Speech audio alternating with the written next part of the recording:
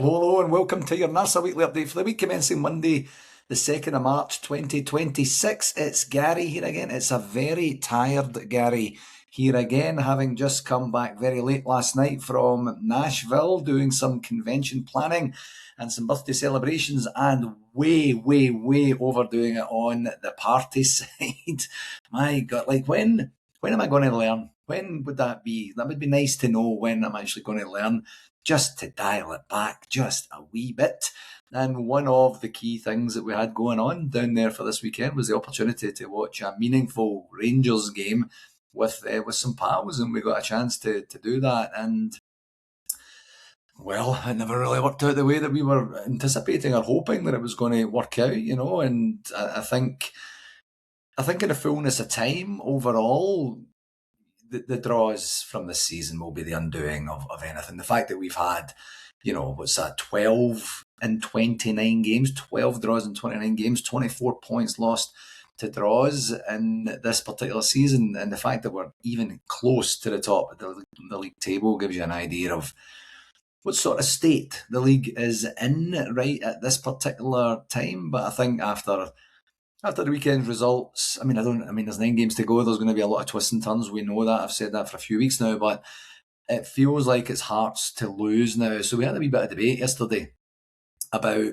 who do we want to win it. My answer was, quite honestly, if it's not Rangers, I really genuinely don't care who it is going to be that wins it. But if it was going to be someone else, not us, I would much rather it be anyone but that mob from the East End. So, well, we'll see. I really actually don't care, to be honest. So it's one of these things for right now. So yeah, it's going to be a wee bit of a sadder pod this week. I was hoping it was going to be something a wee bit different, but we'll see how things go. I'll get through the game stuff as quickly as I possibly can, folks. I promise that I will. Watch the game in the hotel, in the convention hotel, the host hotel, and it was great. They let us borrow a wee part of the rooftop patio, the inside part of the rooftop patio, which was great. We got it all set up yesterday morning, and once I finally managed to figure out how to get through the locked door, I got a chance to see it, and it was just great. It was great. I love watching the games with other people. I don't like watching games without anybody. And we had Andy and Brian and Gaynor and Erin there as well. Debbie didn't quite make it to the game yesterday, unfortunately. Yeah, Nashville does Nashville things, and of course the game ended up with a 2-2 draw. It really doesn't help us. I think it's a wee bit of a better result for them, especially after the way the first half went. But talking about that, it's really, truly a game of two halves, wasn't it? You know what it reminded me of? I said this yesterday afternoon. It was like the first Old Firm game at Sharkhead a wee bit earlier in the season. We got a doing in the first half, and at half time it was kind of on a downer, and then you kind of go, well, you know what? It's only 1-0. There's something to be said for that, and that wasn't much of a consolation at the time, I remember. But then look at what happened in the second half. We get Chermiti's goals, and we end up taking a very important win away from Sharkhead. So that's kind of what it felt like 2-0 up. We are coasting, playing really, really well. And then we have this, would you call it regression regression to type? It quite honestly was, that we get to, we've seen a version of that before, haven't we? Where the team kind of runs out of ideas or starts to get collectively panicky. And then we're in a situation where it's a bad scene. And one of the challenges was the Calgary club. We had Alec Liddell, our vice president, and Fraser Aird, former Ranger, Fraser Aird, trying to figure out the TV stuff, and I couldn't. It was so difficult to try and figure out how to help them see what was actually happening and figure out what was going on with the computer in there. So thankfully, I'm back for this week's Old Firm game that on the second part of the double header, and Alec will not have to put up with that for any longer. And I thought the first half was great. Honestly, it was. The 2 goals that we scored were brilliant for different reasons. The one, absolutely brilliant cross from Scov Olsen. Shout out to him for he's doing that a wee bit more regularly these days, and just to carve out the space that he did and then get the ball in. And Yusuf Chermiti, just what a finish. And it's such a shame for him that wasn't part of a victory, because that would just go down in the annals of absolute brilliance from any player in any fixture. You see Lionel Messi or Cristiano Ronaldo or any of the top players doing that sort of stuff right now. It's never off the TV, and to do it in such an important game that's got international coverage going on there, absolutely brilliant. His celebrations are always a wee bit weird, don't you think? Like he doesn't look like he absolutely loves it. You know, in the beginning when he started scoring, it was. And he hasn't scored that many, to be perfectly frank, but he scores some really important ones. But when he started scoring, it looked like it was just relief. And now he's just kind of taking it in stride, but it's not like really getting in there, thumping the badge and really endearing himself. I'm not complaining at all. Like if he keeps scoring goals like that, then we are going to be in good shape. And the second one was just a little bit of a hopeful ball in. A little bit of calamity, wasn't it? From there, if that was Rangers' defence, I would be raging at that one. And he just manages to go, I'm just going to take this ball off this guy and flick it past the goalie, and no one will be any the wiser. And we're just flying. At that point, I watched the highlights again back today, and we had a lot of chances on goal, we had a lot of possession, we had a lot of real good opportunity to do some really good, meaningful stuff in this game. I was in, at the game, not obviously at the game, but I was watching the game, and I was saying, let's really get this goal difference not to be a factor anymore. Put these guys right to the sword and give ourselves that chance of taking that away, so that even if they do win their game in hand, which is this week, that they wouldn't be in a much better or more commanding position. That's obviously not the way that it turns out, but it's just more points lost. I mean, 3 of the last 5, what would that be? 3 of the last 6, actually, I guess. Games have ended up in a draw, if I'm right in saying that, and it just. See, the annoying thing for me is they are there for the taking, and we put them to the sword first 50, 55 minutes or so, and really did what we were supposed to do, and then we just put our I don't know, our blinkers on, put our little scaredy cat hats on, or whatever it was, and just went into a shell, and we've seen it, and it was lazy, and there wasn't a lot of ownership being taken.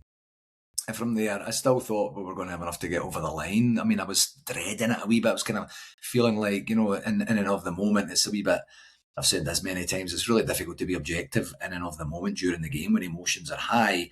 And I'm thinking they're going to equalise, but they never really that many brilliant chances. Truly, they never.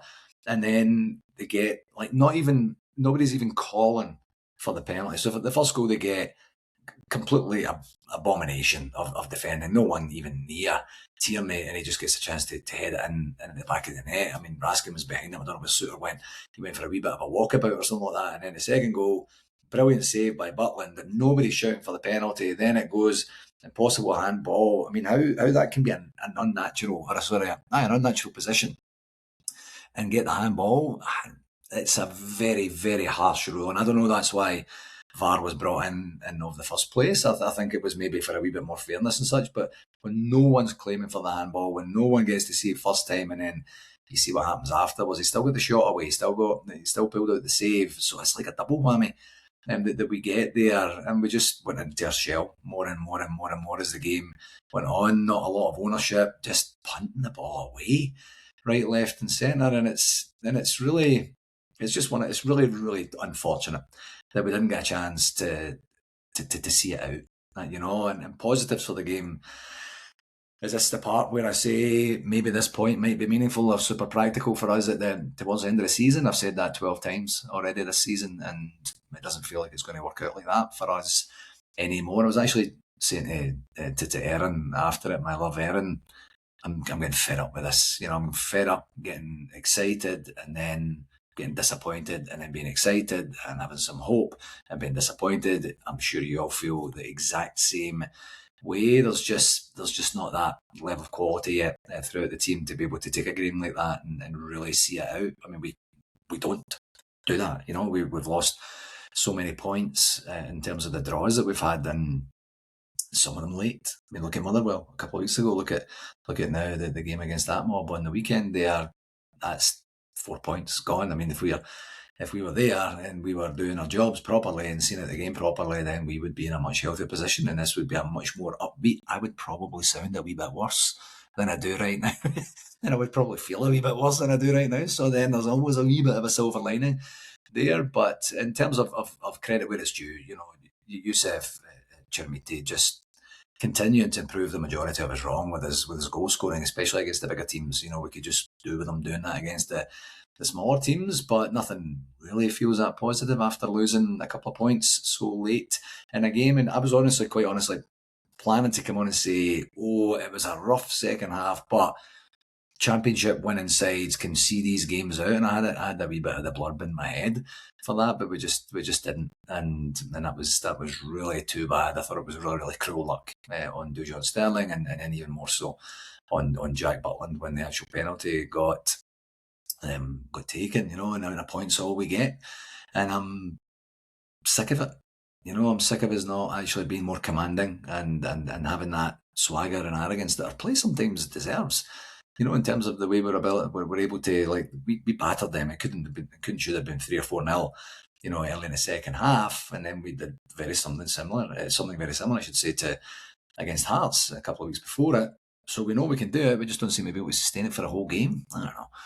In terms of the negatives, the league championship race is now out of our hands, and if Hearts keep doing what they're doing, and or that mob start to get a wee bit of a run together, then we're looking like it could be third place for us, and that's a real shame for us. That's not good at all. It doesn't really feel in any way that we've got something about us to be able to turn this around. So we're looking for results elsewhere. Obviously we are, because it's out of our hands now.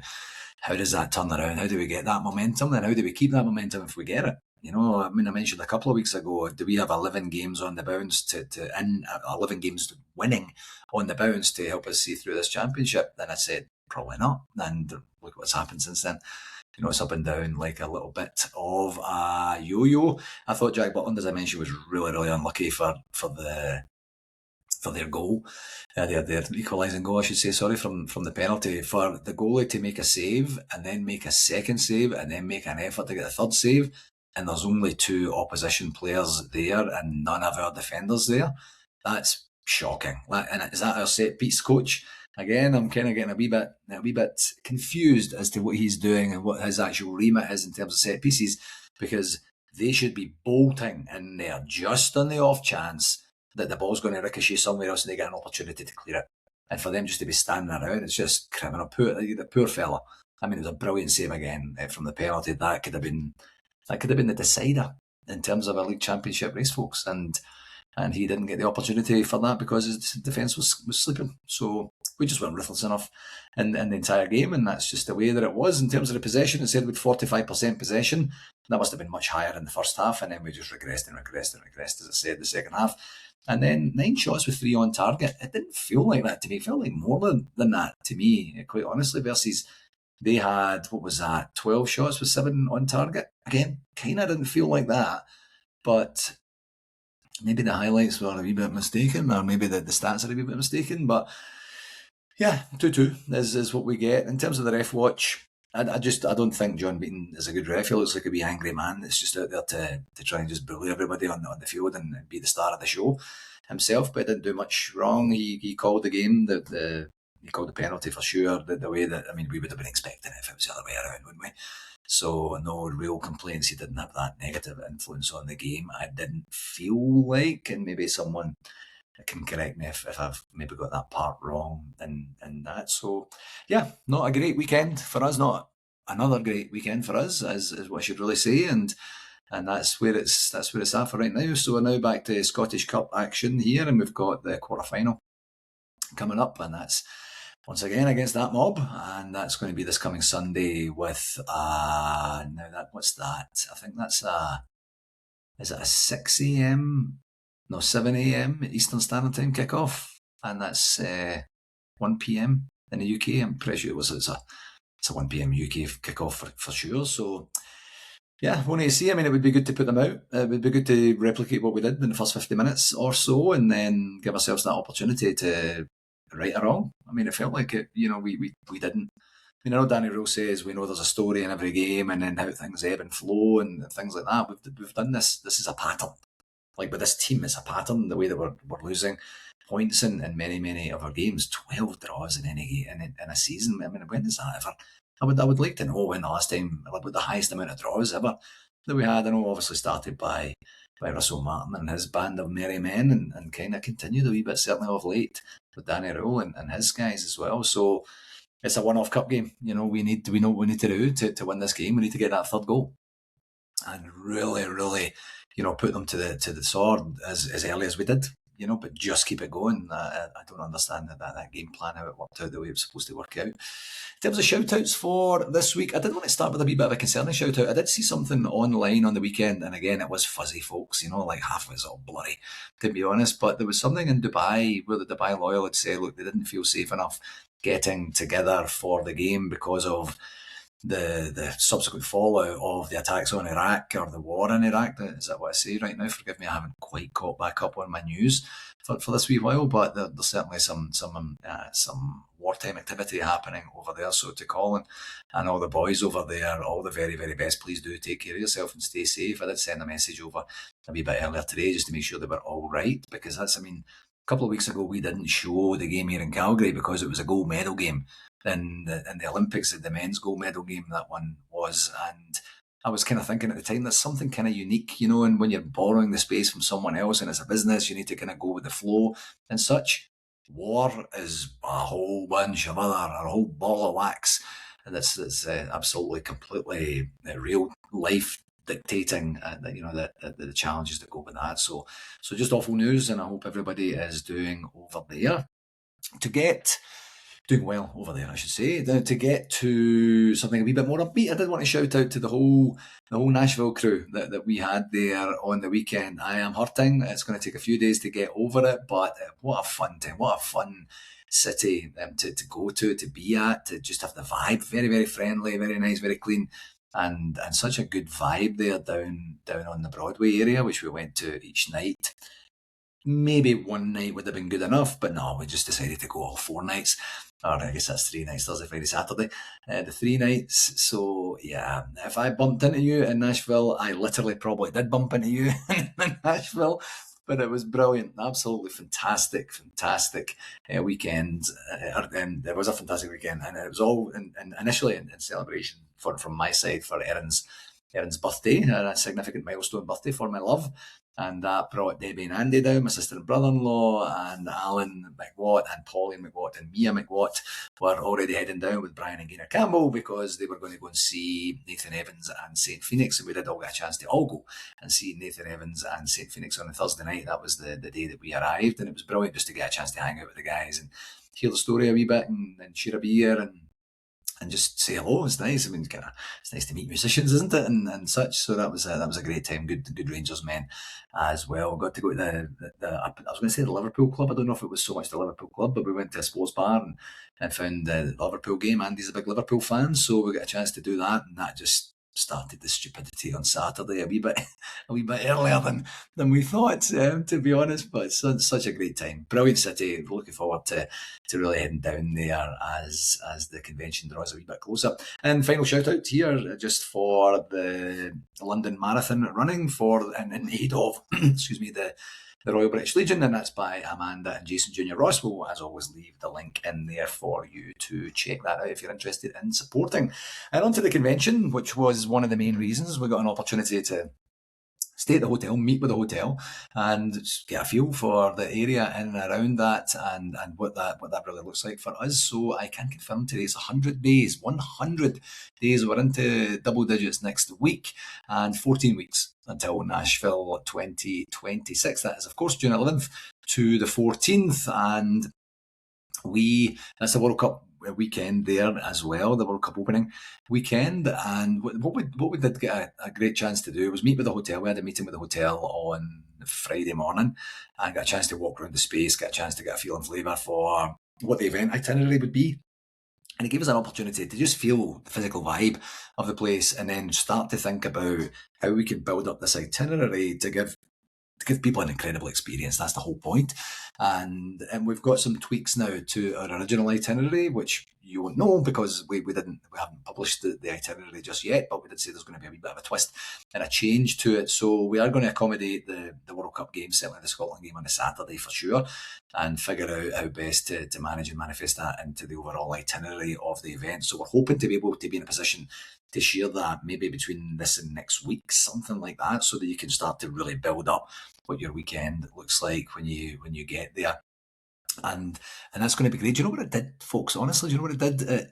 It really gave me pause to think. It was me, myself, and Brian and Alan that met with the hotel, and then we subsequently afterwards had our own meeting to kind of talk and walk through what we heard and what we could do differently and what we could maybe tweak a wee bit and such like that. And it reminded me of the monumental amount of work that it takes to put these events on for you. If you've ever come to a convention, you might have seen and experienced and enjoyed that, and I hope you have, and I hope you come to Nashville. It'd be great to see you there. And it's a lot of work. It's a lot of work for a bunch of volunteers who just want to see their team win and just have a trophy to display at the convention, ideally the Premier League trophy. But we'll see what that one looks like. But yeah, it's going to be a great time, and it starts to make it feel a wee bit more real. When we get that chance to go down and see and feel it, and just get the logistics and the bearings a wee bit better. So really looking forward to that, and we're still having a lot of communication and correspondence with the VIPs. Of course, we do have Derek Ferguson, Scott Nisbet, Davy Robertson, Mark Walters from the 9 in a row era, and we also have Stuart Hay from an entertainment perspective. David Edgar is our MC, and I did make a wee bit of a mistake last week where I forgot to mention, of course, that David Mason was joining us to do his show on the story of Rangers, and we've got a really nice room that he'll be able to go in and get himself set up with his presentation and such. That's going to be brilliant. I'm looking forward to that. Really, really looking forward to that. Of course, we do have the Davy Cooper Memorial Top Golf Tournament, which is going to be a lot of fun. If you're not an avid golfer or a keen golfer, you can come along and just have a bit of fun and at the event there. So we'll leave the tickets booking for the tickets on the website there as well. And it's as I say, a lot of work goes into it. We have 100 days to get this right. Hopefully the team has in some way helped support us and what it is we're doing. We are still waiting from the club some confirmation about who else is going to join us from the club, but it's from the leadership. Last year, we enjoyed. Who did we enjoy that came over last year? We had our chairman at the time, who then became the director, Fraser Thornton, was there with us last year, and we're hoping to have maybe someone like him, or maybe even the top man, I guess, in there. Andrew Kavanagh or something like that. We'll see. We'll be very happy with what we get. And I think it's one of these things, just to give me a wee opportunity, because sometimes it's difficult to be objective in the moment. It's the same for a football game as it is for organising, and you're just doing stuff, just to keep things going. So it was good to have that chance just to kind of reflect and set ourselves up for success and really feel the team camaraderie that we've got going on there as well. Just in terms of other NARSA business, maybe this comes under communication, but I did record a podcast. When was that? Last Wednesday. I think it was published on Thursday on the Heart and Hand network. It was Heart and Hand Extra with Cammy Bell. He was very kind enough to invite me on. I got a chance to plug the convention, a chance to just chat to him and banter about the games and such. And he said this weekend is going to be the one that kickstarts our championship campaign. Didn't quite work out like that, did it? So we got a point. Yeah, so maybe that's the case, but I don't know if that's actually the case. But if you didn't get a chance to check that out, please do so. And the Gers guide was published this week. I'm very late with recording today. It's what time is it? 3:30 p.m. because I've just been in back-to-back meetings all day from 8 a.m. this morning, so I didn't get a chance to get to this until now. And the Gers guide seems like they've just done what I've done. They're just like, we're not going to make that much of an effort. I think there's content in for like 2 or 3 days. And, so there's a wee bit of a lull in there. Today was the press conference with John Suter afterwards. It was embargoed after the game. And there is a career pass feature and segment on Liam Kelly. And that, not a lot. Tuesday, Wednesday, Thursday, Friday is the press conference for that mob. And then Sunday is the game for them. So yeah, just a wee bit of a breather. It seems like the communications team at the club are taking. No Rangers women's team action. In fact, actually, there's nothing from the Rangers women's team until I think it's like the 14th to 15th, whatever that weekend is. So a wee bit of a break. They've got the international break coming up. So yeah, that's one of these things that they've got going on. So a wee bit of a break and a breather as they ease into the last 10 games of the season where they're playing the top 5 teams. So it's going to be very, very interesting to see how that one unfolds. They're within striking distance at the top there. So I'm looking forward to seeing what that looks like for us. Just another reminder that we do have our Instagram and TikTok accounts set up, and that's NARSA Comms, NARSA COMMS, on both of the platforms. If you could go and give us a wee like or a thumbs up or a subscribe or whatever these channels do, I'm not 100% sure. That would be very much appreciated. We're going to be sending, we've got some stuff we're going to be packaging from Nashville. It was one of those ones where we're like, remember when we go to Broadway to take some photographs and stuff, and then I wasn't much use to anybody by the time we got down there. So I know Brian captured a whole bunch of stuff there, and we're going to send back. We're going to get it packaged and get it out there on our socials and such like that. So if you're looking to get a wee bit excited about what you can expect in Nashville, check out those platforms, and of course our other platforms as well, like YouTube as well. If you haven't already, please do subscribe, and that would be very, very much appreciated. All right, my friends, sorry we couldn't have a wee bit more of an upbeat chat today. It's just one of these things. The team are doing what the team does, and as disappointing as it is, not wholly unexpected, and hopefully we take the lessons from it, maybe do what Danny Rule says, and learn how to see these games out properly and get a wee bit more wily and a wee bit more understanding of who we are and what we're doing and how we can do things better as we move forward into this weekend and beyond. Some big games coming up, and this game will take care of itself, and we'll see what sort of types and styles of drama comes up, and figure out ways to keep the impact players creating impact for the entire game and not just 50 minutes or so. That's the plan. I think ultimately we've stumbled at the first major hurdle for us that was going to give us a wee bit of a chance to really get excited and give other people a chance to stand up and take notice. I kind of mentioned that last week. So we'll see what Sunday brings. Hopefully cup victory gives us a chance to get to the semi-final and see what that looks like. And I have to imagine we will be absolutely bang up for it. I will be back to my finest of fettle and give ourselves that opportunity to hopefully celebrate something quite unique together and batter them and get through in the cup and give us an opportunity for a wee bit more success and hopefully silverware between now and the end of the season. That will do it for this week, my friends. Thank you very much as always for tuning in, and please do take care of yourself until next week. Follow.